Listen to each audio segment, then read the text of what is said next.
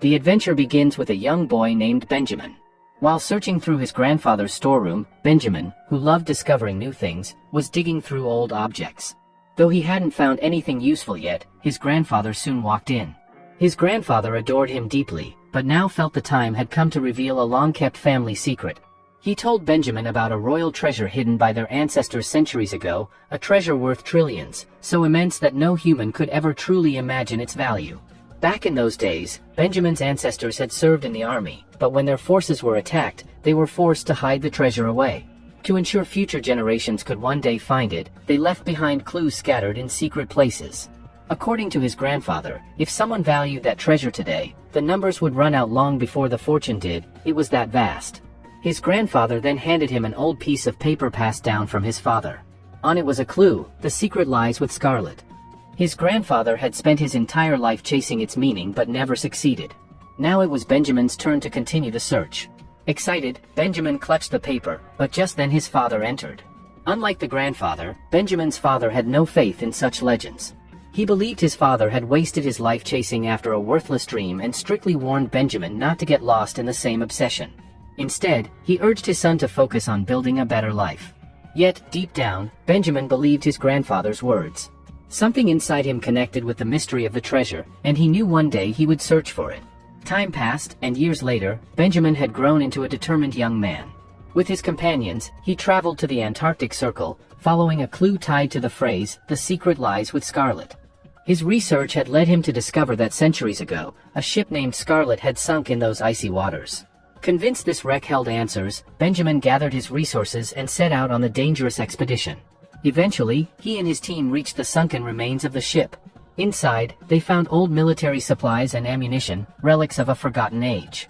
While investigating, Benjamin discovered a frozen corpse clutching a box. Inside the box lay a strange artifact, carved with symbols and scripts from ancient languages no one could easily understand. The freezing conditions made it even harder to decipher. Determined, Benjamin used a drop of his own blood to reveal the inscriptions and transferred them onto paper. Together, the team, skilled researchers with some knowledge of ancient scripts, began piecing together the meaning. The writings pointed to a mysterious ancient object currently stored inside a national museum. If they could get their hands on that artifact, it would unlock a new clue, bringing them even closer to the treasure. But the problem was that the ancient object was housed inside the National Museum, guarded with the highest level of security. Benjamin's companion, Ian, immediately suggested they should break in and steal it. Benjamin, however, refused to take that path. He wanted to find the treasure, yes, but legally and with honor. Ian, on the other hand, had no such morals. Secretly tied to a gangster group, he was determined to obtain the treasure by any means necessary, even if it meant taking the wrong road. This difference of ideals sparked a conflict between Benjamin and Ian. As tempers rose, Ian suddenly pulled out a gun and pointed it at Benjamin, ready to kill his own friend. Shocked and desperate, Benjamin grabbed a burning torch and threatened to throw it into the piles of ammunition stacked inside the ship. Everyone knew that a single spark would blow the entire wreck apart. For a tense moment, the two stared each other down, both armed with the power to end the other. Benjamin tossed the burning stick toward Ian. Though Ian managed to catch it, he fumbled, and it slipped to the floor. Within seconds, the ammunition ignited, and the ship began to erupt in explosions. Ian fled with his men, sealing the doors behind him, certain Benjamin would perish in the blast. But Benjamin and his loyal friend Max managed to find a hidden chamber to shield themselves just as the wreck was consumed by fire. Outside, Ian climbed into his vehicle, convinced Benjamin was dead. But against all odds, Benjamin and Max emerged alive. Shaken but unharmed, Benjamin knew exactly what Ian's next move would be. He was going after the artifact in the museum. And Benjamin could never allow the nation's history to be desecrated in such a way. He immediately went to the FBI and revealed everything about Ian, including his criminal background and his plan to steal the artifact. But without evidence, the agents dismissed his warnings. To them, it was nothing more than a wild story. Frustrated, Benjamin pulled every string he could and finally managed to secure a private meeting with an FBI officer named Abigail. With Max at his side, he explained everything once again: Ian's criminal ties, the object he planned to steal, and the danger it posed. Abigail listened but remained skeptical. Like every law enforcement officer, she demanded proof before taking action. Without evidence, she warned, not only would they be unable to intervene, but Benjamin himself could face punishment for wasting government resources with false alarms. Discouraged, Benjamin and Max left the meeting and sat outside in despair. Time was slipping away, and if Ian got to the artifact first, nothing would stop him from reaching the treasure. It was then that Max proposed a daring idea. What if we steal the artifact first? By taking it before Ian, they would keep it safe and also use it to unlock the next clue. Benjamin hesitated but knew it was their only chance. He agreed. Together, he and Max began planning the impossible, breaking into the heavily guarded National Museum. Their opportunity came sooner than expected. That very night, the museum was hosting a grand gala. That very night, Benjamin and Max set their plan into motion, to infiltrate the museum and steal the artifact before Ian could. Benjamin, though hesitant at first, agreed. Both of them prepared with precision, knowing this would be the most dangerous mission of their lives. The National Museum was alive with grandeur. A massive gala was underway, with distinguished guests admiring the ancient relics on display, unaware that a heist was unfolding in the shadows. Max had already slipped into the control room, where his technical skills came into play. With quick hands, he hacked into the surveillance system, replacing the live camera feeds with looped footage so that Benjamin could move undetected. Meanwhile, Benjamin blended in with the party crowd, his eyes subtly tracking Abigail, the FBI officer. Playing it smooth, he brought her a drink and lingered just long enough to collect her glass afterward. His true motive became clear: he needed her fingerprints. Since access to the vault required her clearance, the glass provided exactly what he needed. Following the plan, Benjamin made his way into the restricted chambers. The cameras showed nothing unusual thanks to Max, allowing him to slip deeper into the museum's hidden levels. Using Abigail's fingerprints, he unlocked the first secure door. But another obstacle awaited him, a keypad requiring a passcode he didn't know. Thinking fast, Benjamin dusted the keypad with a fine layer of powder to reveal faint smudges of fingerprints. With a small handheld device, he analyzed the worn keys and calculated the most likely combinations. After countless failed tries, one finally worked. The door clicked open. Inside was a hidden chamber containing priceless relics from the nation's history. Among them lay the object they had been searching for, a fragment of parchment, preserved within a reinforced glass case. Whatever secrets it carried, it was said to be the next step toward unlocking the treasure. Benjamin attempted to break open the glass, but the reinforced structure was too strong. Time slipping away, he made the decision to steal the entire frame with the artifact inside. But just as he turned to leave, he came face to face with Ian and his men. They too had arrived for the artifact. Gunfire erupted. Thinking quickly, Benjamin held the glass frame in front of him. It turned out to be bulletproof, shielding him as he bolted for the elevator. Bullets ricocheted around him, shattering the frame, but Benjamin managed to grab the parchment and hide it inside his jacket. As alarms blared throughout the museum, security forces scrambled into action. Abigail's sharp eyes caught sight of Benjamin moving suspiciously. Something about his behavior told her he was involved. She began tailing him through the chaos as FBI agents locked down the exits and began searching every guest. Benjamin, with the artifact hidden close to his chest, slipped into a nearby shop inside the museum in a desperate attempt to escape. Inside the shop, Benjamin noticed that there were several duplicates of the same ancient object. These were replicas kept for sale. That's when a plan struck him. He bought one of the fake copies. As he was leaving, Abigail suddenly appeared. She had seen that Benjamin was carrying the object and demanded it at all costs, since its security was her responsibility. If anything happened to it, she would be held accountable. Benjamin tried to reassure her, saying the object was safe with him. If it was returned to the museum, Ian and his men would easily steal it. But Abigail refused to believe him. She snatched the object from Benjamin and headed straight to the museum. Meanwhile, Ian and his gang were watching everything from below. They now knew the object was with Abigail, so his men ambushed her to steal it. In the chaos, they even tried to kidnap her. Max arrived with his van and quickly pulled Benjamin inside. But when they realized Abigail had been taken, Benjamin leapt onto the enemy's vehicle without hesitation, determined to save her. Abigail fought back, refusing to let go of the artifact. It was a priceless heritage of their nation. The speeding vehicles made everything more dangerous. Benjamin's first priority was saving Abigail. But during the struggle, Ian managed to snatch the object from her. Their mission seemed lost, and Ian escaped with his men. Benjamin pulled Abigail into the van. She was heartbroken, believing the artifact was gone forever. But at that very moment, Benjamin revealed the real object. The one Ian had stolen was only the fake he had purchased earlier from the shop. Relieved, Abigail listened as Benjamin explained how crucial this artifact was, and how following its clues would lead them to a vast hidden treasure. By now, Benjamin also suspected that the FBI was investigating him, so returning home was too risky. It was clear Abigail had now become part of Benjamin and Max's journey.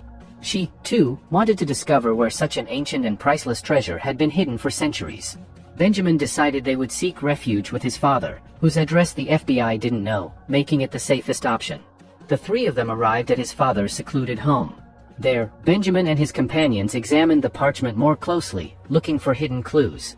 When warm air was applied to the back of the paper, faint letters began to appear. These were puzzles, which Benjamin eagerly wrote down and started decoding. Being a researcher at heart, he loved solving such mysteries since childhood. Without delay, he began piecing the letters together. Some made sense, while others were completely unknown. His father explained that these writings were the work of Benjamin Franklin, the great writer and scientist, after whom he had named his son. Curious, Benjamin asked where they could find the missing letters needed to solve the puzzle. His father revealed that he once had them, but years ago, he donated them to a university for further study. That meant the unknown letters, holding the key to the treasure, were still preserved in a nearby institute's library. Without wasting any more time, Benjamin and his team set out for the institute. After negotiating with the management, they finally secured the letters. At the institute, they also met a young boy. He was extremely intelligent, with the highest IQ among them all. That boy helped Max and Benjamin combine the unknown letters to figure out a code. After hours of effort, they finally discovered a password that pointed toward an independent tower located right in the center of the city. This meant the next clue leading to the treasure could be found there. Without wasting any time, Benjamin, Max, and Abigail rushed to the tower, determined not to let anyone else reach it before them. Unfortunately, luck wasn't on their side. Ian had also made his way into the institute. Even though he only had a fake map, he was relentlessly tracking Benjamin and his team. Benjamin and his companions climbed to the very top of the tower and noticed the tower's shadow falling across a wall.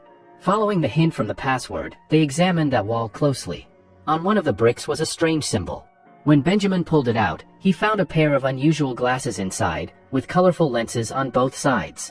They put on the glasses and looked at the ancient paper again. To their shock, drawings from a distant past appeared.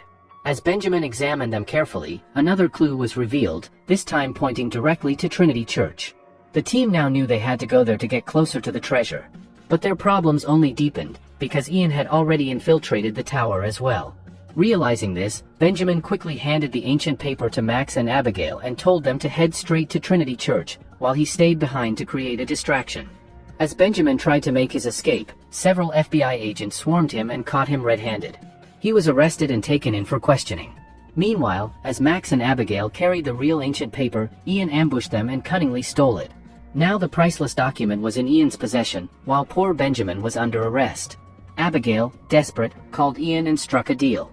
Both of them knew that even with the paper, deciphering the clues would be nearly impossible without the progress Benjamin's team had already made. Abigail convinced Ian that they could help him solve the riddles and reach the treasure, but only if he first freed Benjamin from FBI custody. Ian hesitated, but eventually agreed to the deal. That meant he would now be working with them. The FBI, on the other hand, interrogated Benjamin endlessly, pressing him for answers. Then, out of nowhere, they received a call from Ian himself. He told the agents that he had the real object in his possession, and if they wanted it, they would have to send Benjamin to the location he specified. Seeing this as a golden opportunity to recover the object and arrest Ian, the FBI transported Benjamin to a massive harbor, crowded with people and heavily guarded by agents. But suddenly, Benjamin bolted and dove straight into the water. FBI officers scrambled to track him, but underwater, Ian's men were waiting. They quickly provided Benjamin with oxygen and pulled him to safety, exactly as Ian had promised. Ian then handed Benjamin the real artifact and demanded his help in solving the clues to find the treasure. To make matters worse, Ian had also kidnapped Benjamin's father, leaving him with no choice but to cooperate. Following the next set of clues, the entire group finally reached Trinity Church. Once again, Benjamin used the strange glasses to examine the ancient paper. But this time, there didn't seem to be much left written on it, at least, not anything obvious. Inside Trinity Church, the group wasn't sure what to do next. That's when Benjamin adjusted one of the lenses on the special glasses, and suddenly more hidden letters appeared on the parchment. Among the words, he spotted the name of a parking lane, which he realized could be their next destination. As they kept uncovering clues, it felt like they were finally closing in on the treasure. But then they discovered the word parking actually referred to the name of a tomb inside the same church. The team headed down into the church's basement and pulled out the coffin. Beneath it, a hidden passage revealed itself, suggesting the treasure might be concealed further inside. One by one, they climbed down the old wooden stairs, but they were fragile and unstable. At one point, one of Ian's men fell when a step broke beneath him. The rest nearly slipped as well, but ropes saved them from falling. Benjamin and Riley rushed to help steady their teammates. After minutes of navigating downward, they arrived at a dead end. Frustrated and desperate for the treasure, Ian turned his gun on Benjamin, suspecting he was being misled. To protect his son, Benjamin's father stepped in. He explained that this place wasn't where the treasure was hidden, it was only another clue. He recalled that during ancient battles, soldiers used such underground chambers for shelter. Then he noticed a candle's reflection in a mirror, pointing toward another church, Boston's church, where the next clue supposedly awaited. Ian and his men, convinced, decided to head there, leaving Benjamin and his group behind. What they didn't know was that Benjamin's father had tricked them. The real treasure wasn't in Boston at all. It was right there. They only needed to find the final mechanism to open the path. Soon, they discovered a circular button with markings identical to an object Benjamin had found on a ship earlier. He placed the object into the slot, and instantly, a massive ancient door opened. Inside, the group was left speechless. Before them lay the treasure of their ancestors, enough gold and artifacts to wipe out global poverty. The chamber looked like a golden city, with endless wealth stacked in every direction. Benjamin lit an explosive to ignite torches around the room, revealing the staggering scale of the treasure. The team celebrated in awe, proud that their hard work had paid off. Before long, they found a way back out, but by then, FBI officers had already arrived. One officer confronted Benjamin, who confessed the treasure was directly beneath them. He agreed to turn it over to the government. However, the officer insisted someone had to be held accountable for the museum theft. Benjamin revealed Ian's location, and soon, the FBI raided Boston Church and captured Ian and his men. Months later, life had changed for everyone. Benjamin and Abigail had married, starting their life together. Riley teased Benjamin, asking why he accepted only 1% of the treasure when the government offered more. Benjamin explained that even that fraction was so vast it would last generations without running out. Now they all owned luxurious homes, expensive cars, and lived in wealth beyond imagination. Riley, too, was enjoying his new comfortable life. And that's where the story ends.